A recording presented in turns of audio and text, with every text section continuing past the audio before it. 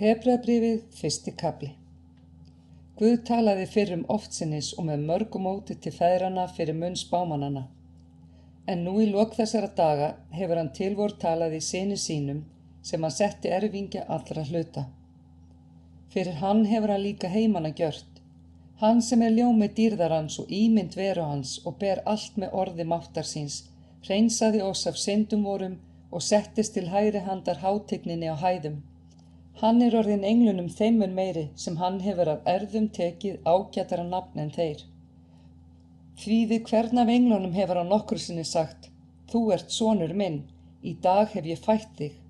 Eða, ég vil vera honum faðir og hann skal vera mér sonur, og aftur hann leiðir hinn frumgetna inn í heimsbyggðina, segir hann, og allir englar Guðs skulu tilbiðja hann, og englana segir hann sem gjörir engla sína að vindum og þjóna sína að eldslógum, en soninn, hásæti þitt og Guð er aldir alda og sproti réttvísinnar er sproti ríkis þíns. Þú hefur elskað réttlæti og hatað ranglæti. Því hefur Guð, þinn Guð, smurt þig gleðinnar olíu fram yfir þína jafningja. Og þú drottinn hefur í upphafi grundvalla jörðina og himnarnir eru verk handa þinna. Þeir munu farast en þú varir. Allir munu þeir fyrnast sem fat og þú munt þá samanvefja eins og möttul, þá verður skipt sem klæði. En þú ert hinn sami og þín ár taka aldrei enda. En við hvern af englunum hefur hann nokkru sinni sagt, seti mér til hægri handar, uns ég gjöri óvini þína að fótskurðinni. Eru þeir ekki allir þjónustubundnir andar, útsendir í þeirra þarfir sem hjálpræðið eiga að erfa? Hebreabréfið, 2. kafli. Þess vegna ber oss að gefa því enn betur gaum við höfum heyrt, svo að eigi berumst þér afleiðis.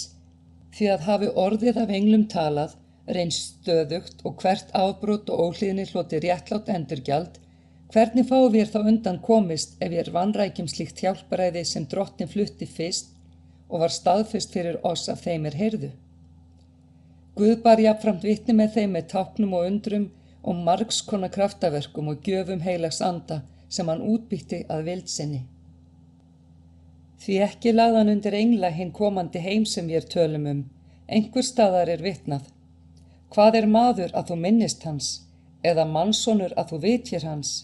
Skammastund gerðir þú hann englunum lægri, en þú hefur krýnt hann vegsemd og heiðri, og þú hefur skipað hann yfir verk handa þinna. Allt hefur þú lagt undir fætur hans. Með því að leggja allt undir hann, þá hefur hann ekkert það eftir skilið ekki sé undir hann lagt.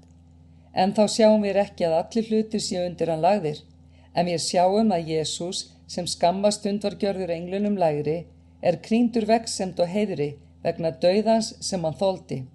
Af Guðs náð skyldi hann deyja fyrir alla. Allt til vegna Guðs og fyrir Guð. Því varðan hann leiðir marga syni til dýrðar, að fullkomna með þjáningum þannig leiðir þá til hjálpræðis. Því að sá sem helgar og þeir sem helgaðir verða eru allir frá einum komnir.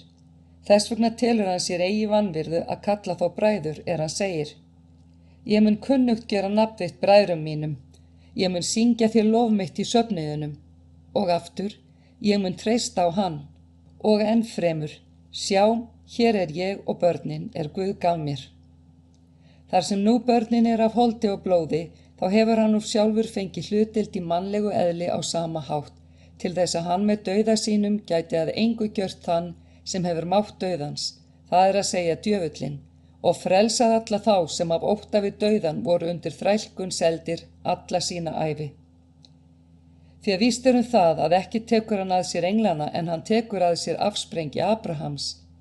Því var það að hann í öllum greinum átti að verða líkur bræðrum sínum, svo hann miskunnsamur og trúr æðsti prestur í þjónustu fyrir Guði, til þess að friðþægja fyrir syndi lýðsins.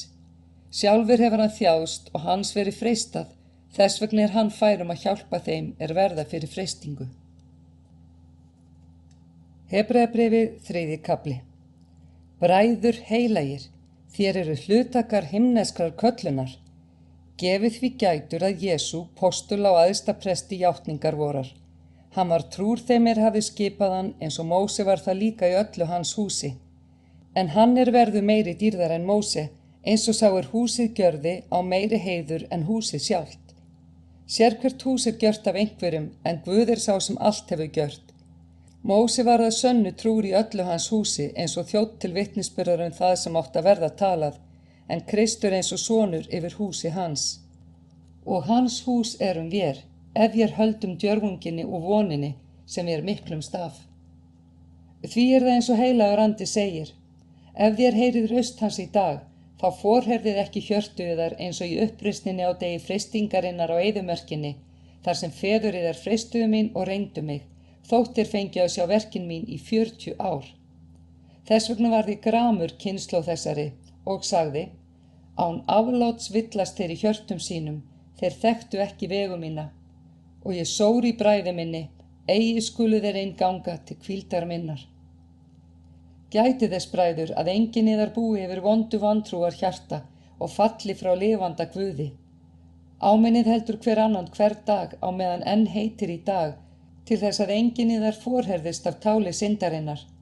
Því að vér orðnir hlutakar Krists, svo framalega sem vér höldum staðfastlega allt til enda trausti voru, eins og það var að upphafi.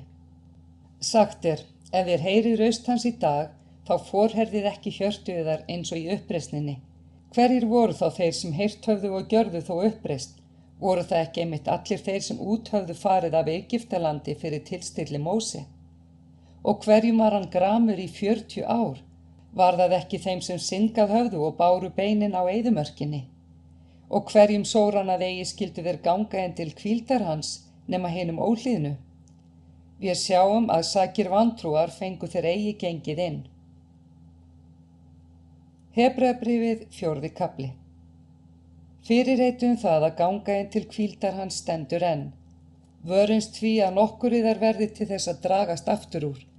Fagnaðarerindi var oss boðað eigi síður en þeim, en orðið sem þeir heyrðu kom þeim eigi að haldi vegna þess að þeir tóku ekki við því í trú. En vér sem trúum tekið göngum inn til hvíldarinnar eins og hann hefur sagt. Og ég sór í bræði minni, eigi skulu þeir inn ganga til hvíldar minnar. Þó voru verk Guðs fullgjör frá grundvöllum heims, því að einhver staðar svoð orði kveðið hinn 7. dag. Og Guð hvíldist hinn 7. dag eftir öll verk sín. Og aftur á þessum stað: eigi skulu þeir inn ganga til hvíldar minnar. En stendur því til boða að nokkrir gangi inn til hvíldar Guðs, þeir sem fagnaðarerindi var fyrrboðað gengu ekki inn sakir óhlýðni. Því ákveður Guð aftur dag einn hann segir löngu síðar fyrir munn Davíðs: í dag, eins og fyrr hefur sagt verið, ef þér heyrir raust hans í dag, þá forherðið ekki hjörtu yðar. Hefði Jósúa leitt þá til hvíldar, þá hefði Guð ekki síðar meir talað annan dag. En stendur þá til boða sabbatskvíld fyrir líð Guðs, því að sá sem gengur inn til hvíldar hans fær hvíld frá verkum sínum eins og Guð hvíldist eftir sín verk. Kostum því kapp sem að ganga inn til þessara hvíldar, til þess að enginn óhlýðnist eins og þeir og falli. Því að orð Guðs lifandi og kröftugt og beittara hverju tvíeggjuðu sverði og smýgur inn í innstu fylsni sálar og anda, liðamóta og mergjar. Það dæmir hugsanir og hugrenningar hjartans. Enginn skapaður hlutur honum hulinn, allt bert og öndvert augum hans. Honum eigum við reikningsskil að gjöra. Vér þá höfum mikinn æðsta prest sem farið hefur í gegnum himnana, Jesú Guðs son, skulum við halda fast við játninguna. Ekki höfum við þann æðsta prest eigi getur séð aumur á veikleika vorum, heldur þann sem freistað var á allan hátt eins og vor, en án syndar. Göngum því með djörfung að hásæti náðarinnar til þess að við öðlumst miskunn og hljótum náð til hjálpar á hagkvæmum tíma.